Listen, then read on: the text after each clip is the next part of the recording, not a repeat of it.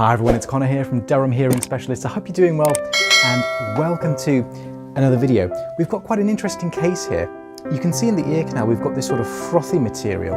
Sort of looks like a liquidy, sort of bubbly head of a beer perhaps. But as you see, as we go in with the suction probe, you can see it's not all sort of suctioning up as you would expect if it was very liquidy. It's actually quite thick and sticky. So these bubbles are actually being suspended in what is quite a viscous slime basically. And the reason that the bubbles are there is because this patient has used hydrogen peroxide drops quite extensively for about a week before seeing me. And I rather suspect they probably slung in some more drops a couple of hours before the procedure, which is why we're seeing the bubbles so clearly. And the reason that the bubbles are there, or rather the reason that the hydrogen peroxide drops have created the bubbles, is because when you put hydrogen peroxide into contact with many things, but particularly the body, so if you use hydrogen peroxide to cleanse a wound, or in this case treat earwax, it will release oxygen as part of a chemical reaction. And the reason that it releases oxygen is because if we think about hydrogen peroxide as a molecule, it is fairly unstable. So if we compare it to water, for example, we all know what that is, H2O. So that's two hydrogen atoms and joined with one oxygen atom. And that's fairly stable, right? It doesn't randomly explode, doesn't fizz, doesn't burn, doesn't really do much. So it's fairly stable, but hydrogen peroxide is H2O2. So it's basically water, but with one oxygen atom added on. And that makes it unstable. And what hydrogen peroxide wants to do is it wants to separate or decompose into water and oxygen. And if you were to, say, have a glass of hydrogen peroxide and leave it out in the sun for a while, then it would naturally start to decompose into those products.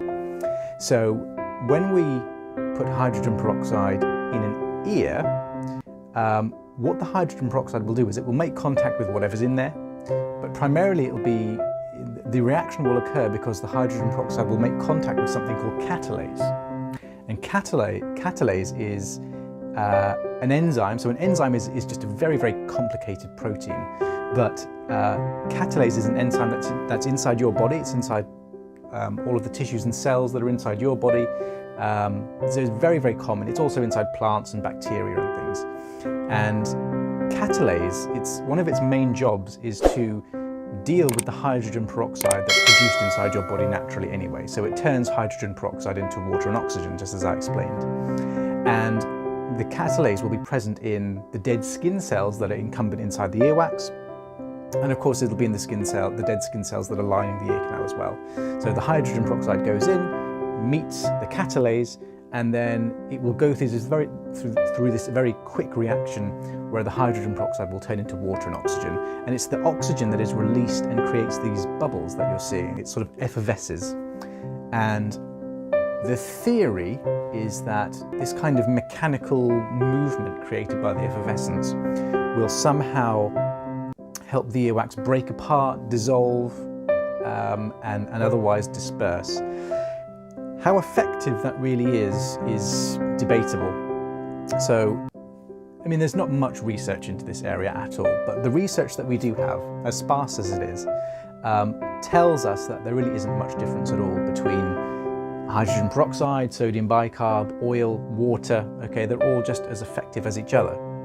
So if we go just by the research, then I can't really see a huge amount of point in using hydrogen peroxide given that it's caustic. So if they're all as effective as each other, you might as well use oil, because at least oil isn't going to irritate your ear canal as hydrogen peroxide might.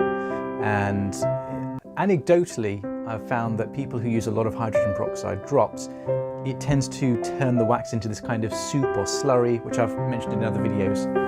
And more often than not, that slurry kind of travels deeper into the ear and kind of slicks up against the eardrum, which is then a nightmare to clean and makes the patient feel even worse. So typically, if I had an earwax blockage, I would just use olive oil drops. But that's just me.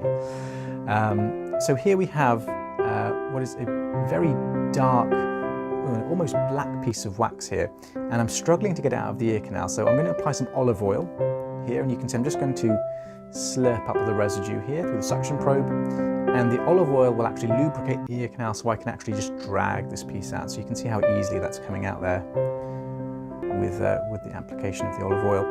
And we'll now just clear up. So you can see just on the left-hand side here, we've got some residual debris, and we've actually got a very dark, large piece of earwax, which is right down near the eardrum. I rather suspect that it's actually resting on the eardrum.